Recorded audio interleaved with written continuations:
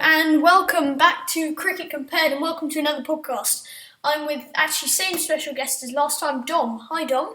Hey, you brought the best guest back again for a second night running. Yeah, I'm not. I can't say who's the best guest. Yes, you can. No, I can't. Yes, you can. No, I can't. Yes, you can. Shut up. Let's just get on with it. So we're actually podcasting about the day 3 play, which was an interesting day. Good for the West Indies, not so good for an England fan, which of course I am. So just running through the scorecard that we've got up here, Kraigg, Braithwaite and Shane Dowrich, who we actually talked about in our last podcast. Obviously check that out and check out the England v West Indies playlist. And don't forget to click and subscribe below. That comes at the end. Oh, we actually talked about him being a really good wicketkeeper, and he was actually short of runs in England last tour of England 2017. He only got one double figures score in. But he looked good today. 6 innings, yeah. He looked very accomplished behind the stumps yesterday. Absolutely. And today just, marshalled that tail end pretty well. 61 runs. Yeah. Strike rate of 53. Pretty nice. Yeah, and also Roston Chase, he kind of looked a bit sketchy in the early part of his innings, scoring at a very slow rate, but then he kind of found his stride and was Picked up LBW. a little bit. I think Chase, didn't he get like 14 runs or something between lunch and tea? Something like that, That is yeah. pretty slow. He was like 18 off nearly 90 balls. I remember watching it. But sometimes that's what you need in Test cricket, right? Absolutely. You need to be stubborn, you need to occupy the crease, you need to get the bowlers absolutely exhausted. Absolutely, and I actually think Chedeshwar Pujara does that excellently at the number 3 position. The West Indian number 3, Shai Hope, didn't do as well as he would have liked. Only 16 runs. Yeah, caught driving at a ball off spinner Don Bess. What did you think of Best today? Effective? Yeah, I thought he Held down an end quite well. Yeah, What was his economy rate? Economy rate of 2.68. So not too bad. Yeah, not he too held down bad. an end. He got Jermaine, I think that's how you pronounce it. He got Jermaine Blackwood running down the pitch and mishitting it. Mm-hmm. James Anson took a good catch. Mm-hmm. And then he also tempted Shai Hope, because Hope only had a strike rate of 25. Mm-hmm. So he tempted Hope into, the big booming cover drive and got a nick, and Ben Stokes took a catch at first slip. Big swing, no ding. Exactly. Is there anything you'd like to say about England's bowling? Well, the big debate about England's bowling. Stuart Broad. Where is Stuart Broad? Did you see Stuart Broad did an interview today? Absolutely. Saying he was very angry. Angry? He's been out fishing. He was angry. No, he was angry, frustrated and gutted to be left out. Yeah, that's actually up on the Sky Sports Cricket YouTube channel. The link is down below in the video description. Right, okay, So go cool. check So that one out. you can watch his interview. Yep. And yeah, so do you think we missed him? Has Archer underperformed? Absolutely, I think Archer should be Has bowling Archer better. underperformed in every Test match he's played in so far? No. Okay. I think he had Name very good one. Ashes. I think he had a good Ashes. Okay. I'm still not convinced by Archer. In Test matches. I think in most forms of cricket, actually. Yeah. Archer, he promises bowled a most lot. dots at Cricket World Cup 2019 in the Okay. whole tournament. Okay. He's really good. He does bowl fast. He's good at the death. I'll give you that in limited overs. But yeah, he just, I don't know, just doesn't quite do it for me. I think he needs a bit more guile. He doesn't just need to rely on his pace. Yeah, absolutely.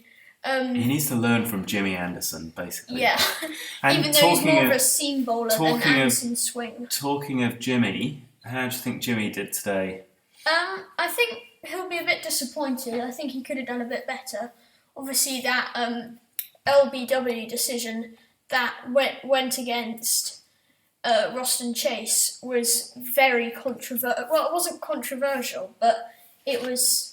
Well, if you want to talk controversial LBW, what about the West Indies opener, Kraigg Braithwaite? Or Braithwaite, I suppose I should say. Yeah. Kraigg Braithwaite, Ben Stokes, he's leading from the front, I would say. He batted well, he's bowled well today. But it was very close by Hawkeye, wasn't it? Yeah, and also something that I'd like to point out. Yesterday, there were 5 decisions that went against the West Indies that were successfully reviewed by the West Indies. And interestingly, they've gone out of neutral umpires. So we've got English umpires because of coronavirus, I guess, isn't it? Richard Illingworth and Richard Kettle, someone. Yeah, so they're both Yorkshiremen, I think. Are they? Well, we need to check that quick. Can you type it in? See whether they're both Yorkshiremen?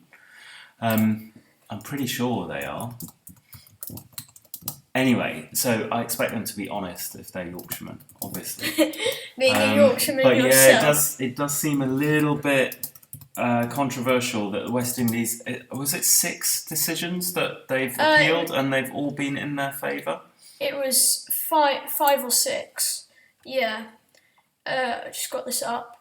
Richard Illingworth and Richard Kettleborough. Yeah, I'm pretty sure. Shall we search them up and see where they're both from Yorkshire? Okay. Richard Kettle. My typing is horrendous. Ooh, that's an interesting spelling.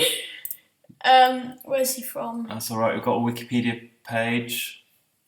Yorkshire. He played for Yorkshire and Middlesex. Yeah, born in Sheffield. Sheffield. That's we where like you're a from. bit of that. Absolutely, Carmen. Let's see about Illy. Richard Illingworth. Illy, as I know him, my best mate.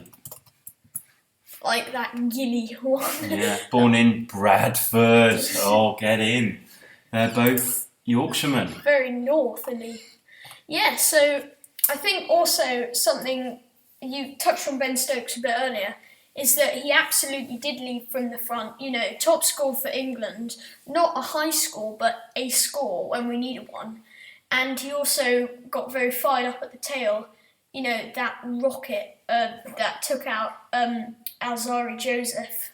Yeah, was true. Brilliant. Although, if you're talking rockets, final wicket of the innings. Yeah, Shannon Gabriel ball. What a Yorker that was. That was incredible. Mark Wood needed that wicket. He hadn't been bowling too well. He'd gone for runs, almost 3.5 and over. Yeah, but I think a number 1 would have struggled to keep that out. Never mind a number 11. Okay, looking forward to tomorrow. Absolutely. What do you think England need to do? I mean, I think we both agree West Indies are on top.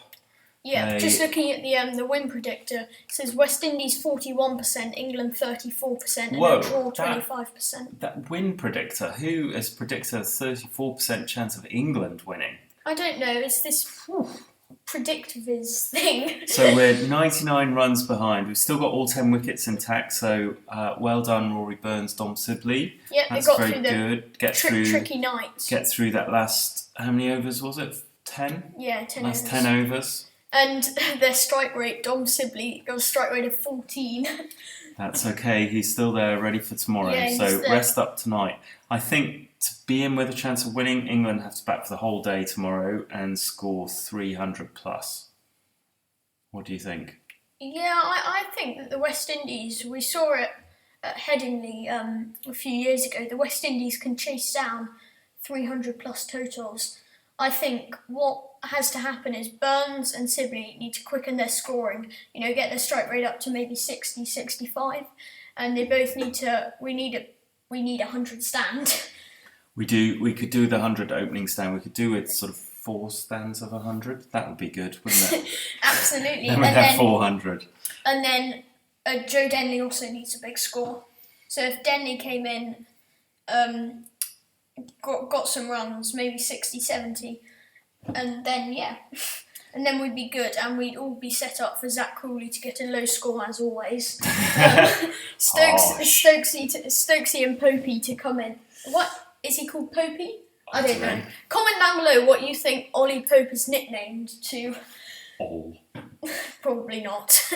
So, I think to have a chance of winning, we probably need to set 250 for the final innings, something like that. Then I think we'd have a good chance that Dom Bess will come to the fore. He's going to have a big role to play in the fourth innings, I think. Yep, definitely, with the wicket taking a little bit of spin today. And then rotating our fast bowlers, I'd like to see Archer make an impact. I'd like to see him score a run, actually. He never scores any runs, does he? I think Archer might be on a pair. He's a terrible batsman. Fact check that. Terrible as in for a test cricketer, he's obviously better than me. Absolutely. Yeah, he's on a pair. As was Dom Sibley, but he got a very nervous run. He was under a little bit of pressure, first test back home. Yeah. So I'm looking forward to tomorrow. Weather forecast good. Yeah, it should be a good batting I think day. we're going to get through to the end without losing any more time, either tomorrow or Sunday, it looks like. So let's see whether England's batting lineup can do it. Yeah, so thanks for listening. That brings us to the end of another podcast. If you haven't already, smash that subscribe and like button down below. Try not to break your device. And Dom? What's up? Not that.